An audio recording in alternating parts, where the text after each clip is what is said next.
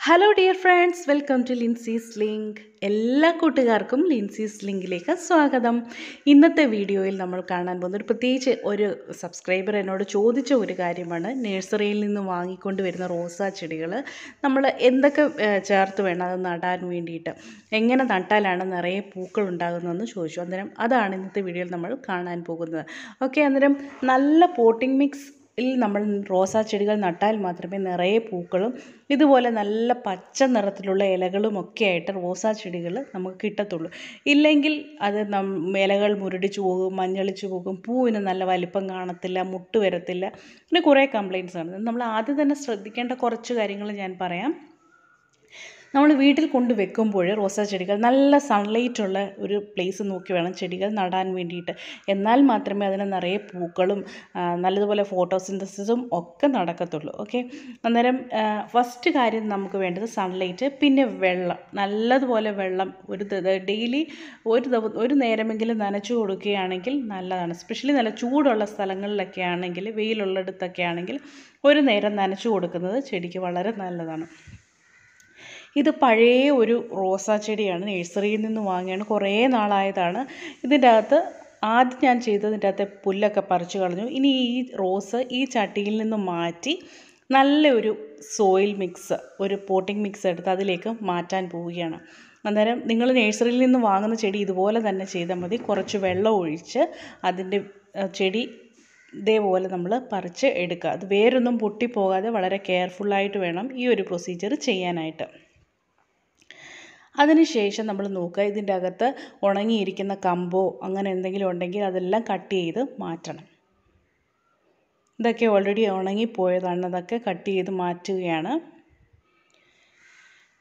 അതുപോലെ വേരും നമ്മൾ നോക്കാം, അതിൻ്റെ അകത്ത് പഴയ മണ്ണൊക്കെ ഉണ്ടെങ്കിൽ അതൊക്കെ അങ്ങ് മാറ്റുക. നമ്മൾ പ്രത്യേകിച്ച് നഴ്സറികളിൽ നിന്ന് വാങ്ങുന്ന അവർ രാസവളങ്ങളൊക്കെ ചേർക്കുന്നതായിരിക്കും. അതുകൊണ്ട് തന്നെ പഴകിയ മണ്ണും ഒക്കെ മാറ്റി നല്ല വൃത്തിയായിട്ട്, പറ്റുമെങ്കിൽ ഈ വേരൊന്ന് നല്ലത് വൃത്തിയായിട്ട് കഴുകിയെടുക്കുന്നത് ഒത്തിരി നല്ലതായിരിക്കും.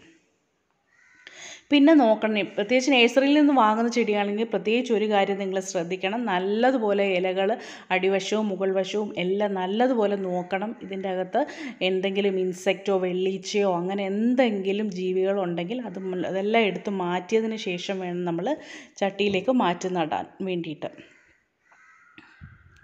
വേരുകളും ചീഞ്ഞ വേരുകളും അഴുകിയ വേരുകളൊക്കെ ഉണ്ടെങ്കിൽ കട്ട് ചെയ്ത് മാറ്റുക. ഇലകളും അതുപോലെ പറ്റുവാണെങ്കിൽ മാക്സിമം ഒന്ന് കട്ട് ചെയ്തൊന്ന് പ്രൂൺ ചെയ്തെടുക്കുന്നത് വളരെ നല്ലതാണ്. ഇനി ഈ റോസ് ചെടി നടാൻ വേണ്ടിയിട്ടുള്ള മിക്സ്, അതായത് മണ്ണ് എങ്ങനെയാണ് ഒരുക്കേണ്ടതെന്ന് പറയാം. നല്ല ചുവന്ന മണ്ണുണ്ടെങ്കിൽ എടുക്കുക, ഇല്ലെങ്കിൽ നമ്മുടെ മുറ്റത്തുള്ള മണ്ണ് എടുത്താലും മതി. അതൊരു 40% എടുക്കുക. അതുപോലെ തന്നെ ചാണകപ്പൊടി ഉണ്ടെങ്കിൽ ഒരു 10%. ഇതല്ല, ചാണകപ്പൊടി ഇല്ല എങ്കിൽ ആട്ടിൻ കാഷ്ടം ചേർത്താലും മതി. ആട്ടിൻ കാഷ്ടവും ചാണകപ്പൊടിയൊക്കെ വളരെ നല്ലതാണ് നമ്മുടെ റോസാ ചെടിക്ക്. നല്ല പൂക്കൾ ഉണ്ടാകാനും പൂക്കൾക്ക് നല്ല വലിപ്പം കിട്ടാനും ഒക്കെ ഇത് വളരെ നല്ലതാണ്.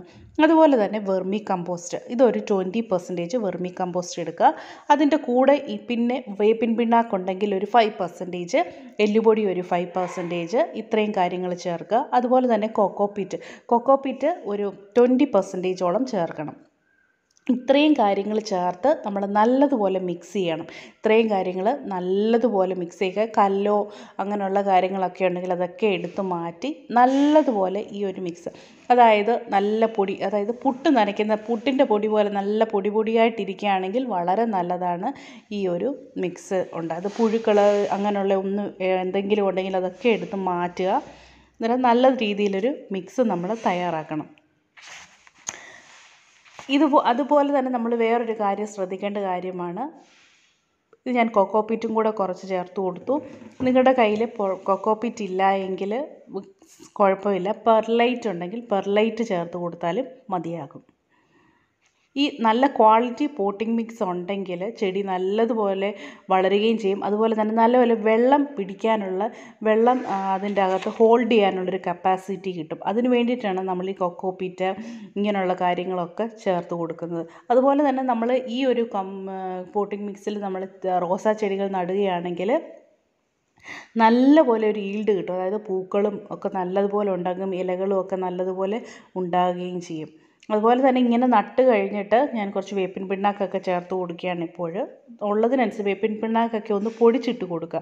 അതുപോലെ തന്നെ എല്ലുപൊടിയും നല്ലതുപോലെ ഒന്ന് പൊടിച്ചിട്ട് കൊടുക്കുന്നത് വളരെ നല്ലതുപോലെ ഒന്ന് മിക്സ് ചെയ്ത് കൊടുക്കുക. അതാണ് ഞാൻ ഉദ്ദേശിച്ചത്. നല്ലതുപോലെ ഒന്ന് മിക്സ് ചെയ്ത് കൊടുക്കുക.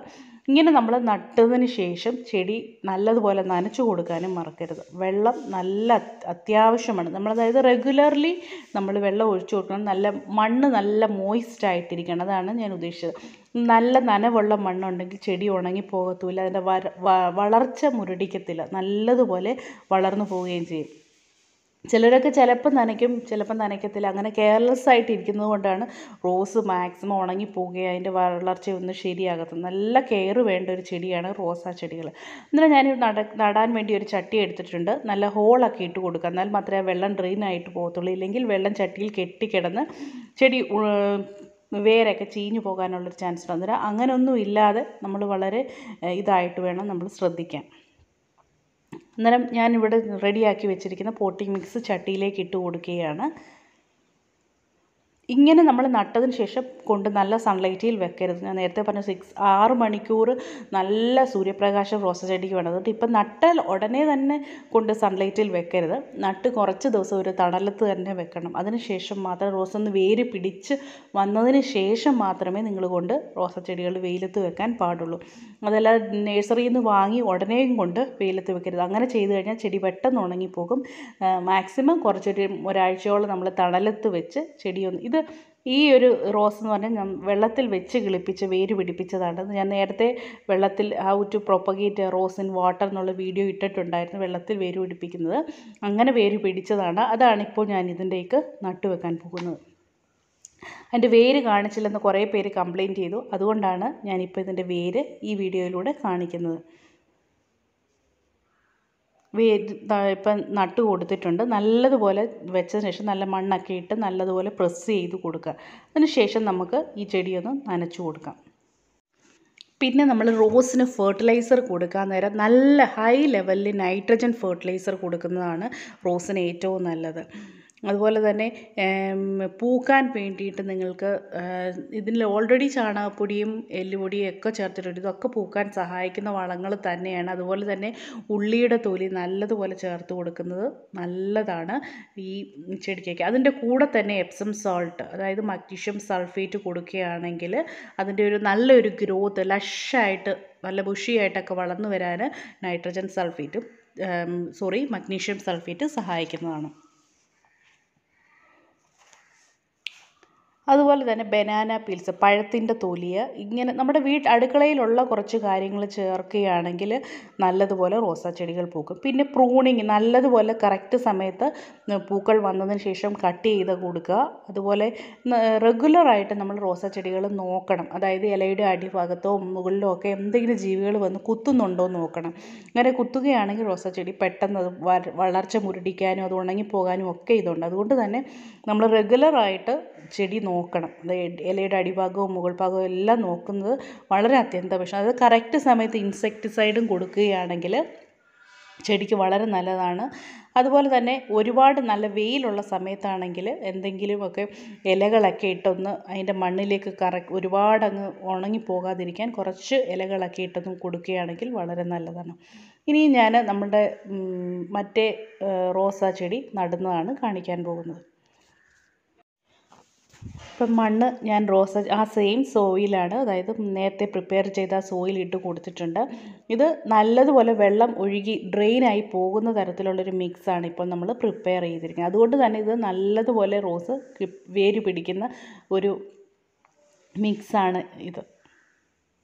മാക്സിമം നമ്മൾ ഓർഗാനിക് കാര്യങ്ങൾ മാത്രം യൂസ് ചെയ്യുക. അതായിരിക്കും റോസിൻ്റെ ആയുസ് നീട്ടി കിട്ടാനൊക്കെ നല്ലത്. നമ്മൾ കെമിക്കൽ ഫെർട്ടിലൈസേഴ്സൊക്കെ യൂസ് ചെയ്യുകയാണെങ്കിൽ അന്നേരം ഒന്ന് നല്ലതുപോലെ പൂക്കും, പിന്നെ അത് ഉണങ്ങിപ്പോകാനും ഒക്കെ ചാൻസ് ഉണ്ട്. പിന്നെ കറക്റ്റ് സമയം നമ്മൾ ചെടി പ്രൂൺ ചെയ്ത് കട്ട് ചെയ്ത് കൊടുക്കുക. കട്ട് ചെയ്ത് കൊടുക്കുന്നതുകൊണ്ട് ചിലർ വിചാരിക്കും ചെടി ഉണങ്ങിപ്പോകും, അതിൻ്റെ താഴെ വെച്ച് ഉണങ്ങി ഒന്നും പോകത്തില്ല. പൂ വന്നതിന് ശേഷം ഇതുപോലെ ഒരു 2 ഇല അടിഭാഗത്ത് വെച്ച് നല്ലതുപോലെ കട്ട് ചെയ്ത് മാറ്റുക. കട്ട് ചെയ്ത് കഴിഞ്ഞതിന് ശേഷം നിങ്ങൾക്ക് ഇത് ഉണങ്ങിപ്പോകുമെന്ന് ഇതുണ്ടെങ്കിൽ ആ കട്ട് ചെയ്തെടുത്ത് ചെറുതായിട്ട് കുറച്ച് മഞ്ഞൾപ്പൊടി ചേർത്ത് കൊടുക്കുക.